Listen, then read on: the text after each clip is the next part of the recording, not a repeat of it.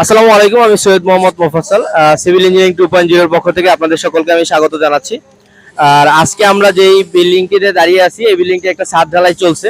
তো এই বিল্ডিং এ আমরা কিভাবে কাজ করছে এই বিল্ডিং এবং এখানে কিছু প্যারামিটার নিয়ে আপনাদের সাথে আমি কথা বলবো। এবং আমার সাথে আছে আমাদের প্রিয় ভাই।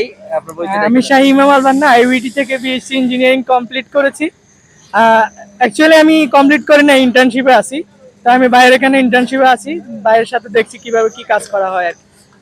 আচ্ছা, আমি বান্না ভাইকে একটু আগে থেকে প্রজেক্টটা দেখাচ্ছি, মানে কাজটা আমরা কিভাবে করছি। এবং যেহেতু বান্না ভাই আমাদের এখানে ইন্টার্নি করতে আসছে, তো ইন্টার্নির যে কাজগুলো থাকে সেটা হচ্ছে আমরা কিভাবে কাজ করে থাকি। মূলত আমাদের এখানে প্র্যাকটিক্যাল ওয়ার্কটা তাদেরকে দেখানো হবে। এবং এই কাজগুলো আমাদের প্রজেক্টে যে সাইট ইঞ্জিনিয়ার আছে, চিফ ইঞ্জিনিয়ার আছে, তাদের তত্ত্বাবধানে অলরেডি কাজ শেষ। এবং এই কাজগুলোই বান্না ভাই এবং যারা ইন্টার্নি করে এদের মতো লোক এবং আমরা যারা ইন্টার্নি করি, তো আমাদেরকে এই জিনিসগুলো শিখতে হবে। তো এই শেখার উদ্দেশ্যে এটা আপনাদেরকে, মানে আমাদের সিভিল ইঞ্জিনিয়ারিং 2.0 যারা ফলোয়ার্স আছেন তাদেরকে দেখানোর জন্য আজকের এই ভিডিওটা করা। আর এই বিল্ডিংটা আজকের বিশেষত্ব হচ্ছে, এই বিল্ডিংটা হচ্ছে একটা 10তলা বিল্ডিং। তো এটা বেসমেন্ট করা একটা বিল্ডিং। তো সেই ক্ষেত্রে এই বিল্ডিং এর আমাদের যে গতানুগতিক যে বিল্ডিং গুলো আমরা করে থাকি, যে 10তলা বিল্ডিং থাকে, কোনো বেসমেন্ট থাকে না। তবে এইটাই বেসমেন্ট হওয়ার কারণে কিছু কিছু জিনিস আমাদেরকে এখানে অ্যাড করতে হয়েছে। তো কি কি এই জায়গায় অ্যাড করতে হয়েছে, কিভাবে কি কাজ করেছি, এটা নিয়ে একটু কথা বলবো এখন। তো আপনারা এইখান দিয়ে এই অংশটা দেখতে পাচ্ছেন যে এই পাশে কিন্তু আমাদের বেসমেন্টের যে নিচের অংশে আমাদের কাজ করা হয়েছে এখানে। আর হচ্ছে এইখানে যদি আপনি দেখেন যে চারপাশে আমাদের যে বেসমেন্টের নিচে যে শেয়ার ওয়াল, এটা প্রায় 8 ইঞ্চি পরিমাণ ঢালাই দেওয়া হয়েছে। এবং এইখানে ডাবল জালির যে ডাবল জালির রড করে এখানে 12 মিলি রড দিয়ে এবং প্রয়োজনে কোনো জায়গায় 16 মিলি রড দিয়ে আমাদের এই শেয়ার ওয়াল গুলো করা হয়েছে নিচতলা। তো নিচের সব কাজ শেষ হয়ে গেছে এবং এটার বেসমেন্টের নিচের কাজ শেষ। আর হচ্ছে এই বিল্ডিংটিতে আরেকটা বিশেষত্ব হচ্ছে, এখানে 2টা লিফট আছে, লিফটে শেয়ার ওয়াল দেওয়া হয়েছে। এবং শেয়ার ওয়াল গুলো একটা সাইডে আমাদের এখানে 20 মিলি রড দিয়ে করা হয়েছে এবং বাকি 3 সাইড গুলো হচ্ছে আমাদের 12 মিলি অথবা 10 মিলি রড, এই দুটা দিয়ে করা হয়েছে।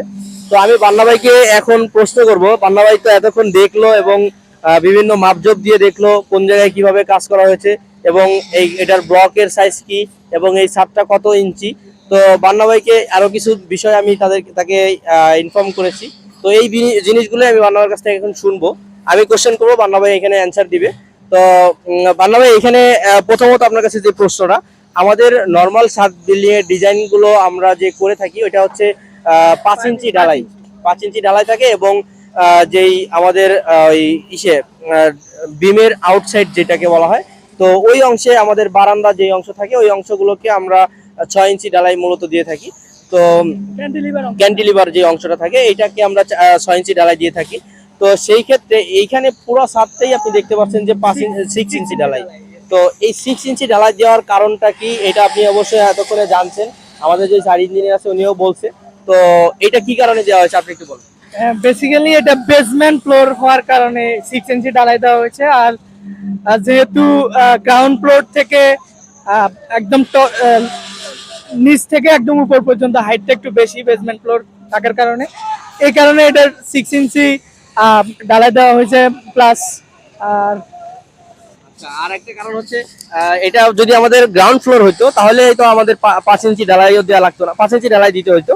তো সেই ক্ষেত্রে 6 ইঞ্চি ঢালাই লাগতো না, কারণ হচ্ছে গ্রাউন্ড ফ্লোর হলে নিচে আমাদের সয়েল থাকতো, সয়েলের একটা সাপোর্ট থাকতো আর গ্রেড বিম থাকতো। সেই ক্ষেত্রে আমরা একটা ফার্স্ট একটা জালি দিয়ে ঢালাই দিলে হইতো। এখানে কিন্তু ডাবল জালি এবং পর্যাপ্ত পরিমাণ আরো এক্সট্রা রিনফোর্সমেন্ট প্রোভাইড করে এখানে আমাদেরকে এই ঢালাইটা দেওয়া হয়েছে। আর হচ্ছে এটা গেল আমাদের 6 ইঞ্চি ঢালাইয়ের যে বিষয়টা। আর হচ্ছে এইখানে আপনারা দেখতে পাচ্ছেন যে বাংলা, এটা দেখতে পাচ্ছেন যে 4 ইঞ্চি ব্লক। 4 ইঞ্চি ব্লকটা আমরা কেন দিচ্ছি? 4 ইঞ্চি ব্লক দেওয়ার কারণে এখানে আমাদের নিচে আর উপরে 6 ইঞ্চি যেহেতু ঢালাই হবে, 1 ইঞ্চি করে আমরা ক্লিয়ার কভার পাচ্ছি। এইটার কারণেই মূলত এখানে 4 ইঞ্চি ঢালাই। আর নিচের যে ক্লিয়ার কভারটা আছে সেটা হচ্ছে 3/4 একটা ব্লক দিয়ে নিচে ফার্স্ট যে জালিটা আছে ওইটাকে করা হয়েছে। হ্যাঁ। আর এখানে যে বিমটা ডিজাইন করা হয়েছে এটা সাধারণত 10/20। আপনার কাছে টেপ থাকলে একটু মাপ দিয়ে দেখেন তো এই বিমটা কত আছে। মূলত এখানে 8 আছে, 1.5 ইঞ্চি 4 ইঞ্চি ঢালাই, আর তার মানে 11।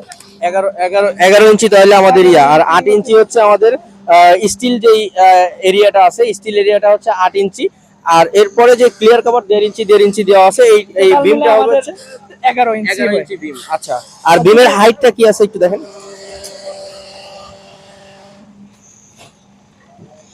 বিমের হাইট এখানে 14 আছে, 1.5 ইঞ্চি 1.5 ইঞ্চি 3 ইঞ্চি, 3 ইঞ্চি তাহলে হচ্ছে 14 17 17 ইঞ্চি 17 ইঞ্চি হচ্ছে হাইট। হাইট। তো 17/11 হচ্ছে আমাদের এই বিমের হাইট। এবং আরেকটা জিনিস আপনাকে আমি এতক্ষণে দেখাইনি, সেটা হচ্ছে, আচ্ছা এই বিমের তেমন এক্সট্রা রেনফোর্সমেন্ট নাই এটায়। আরেকটা এই বিমটা একটু দেখেন।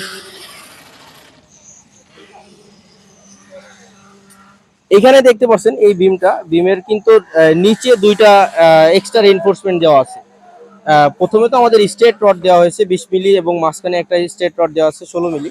কিন্তু এইখানে এই যে বানানো, এই জিনিসটা একটু দেখেন, এইখানে যে এক্সট্রা রেনফোর্সমেন্টটা দেওয়া হয়েছে, এইটা কি কারণে দেওয়া হয়েছে?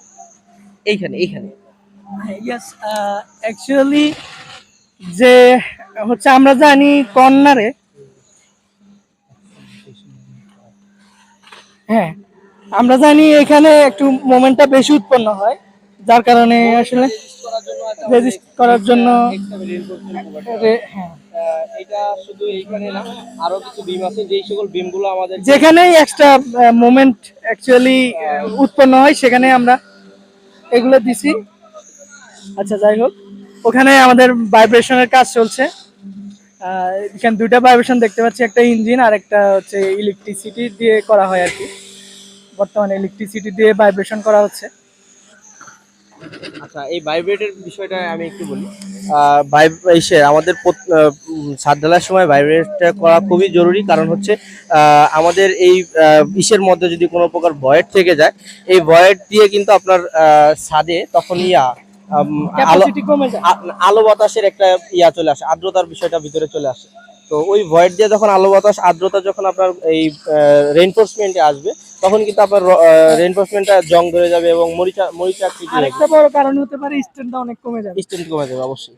তো এই কারণে হচ্ছে আমাদের ইসের ভাইব্রেটটা খুব জরুরি, এবং সেই ভাইব্রেটটা ওইখানে করা হচ্ছে, এবং তারপরে আবার পাটটা দিয়ে আবার এটাকে লেভেল করা হচ্ছে। তো এইভাবেই আজকের এই ছাদটা ঢালাই হচ্ছে।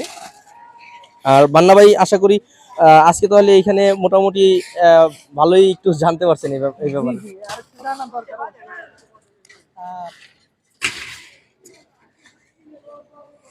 আর এইখানে হচ্ছে যেহেতু বেসমেন্ট করা হয়েছে, বেসমেন্ট আর এইটা গ্রাউন্ড ফ্লোর, এই দুইটা ফ্লোরে এইখানে আমাদের থাকবে, মানে পার্কিং থাকবে। তো পার্কিং এর জন্য এই সামনের যে অংশটা একটা ঢালাই দেওয়া হয়েছে, এটা হচ্ছে র্যাম্প।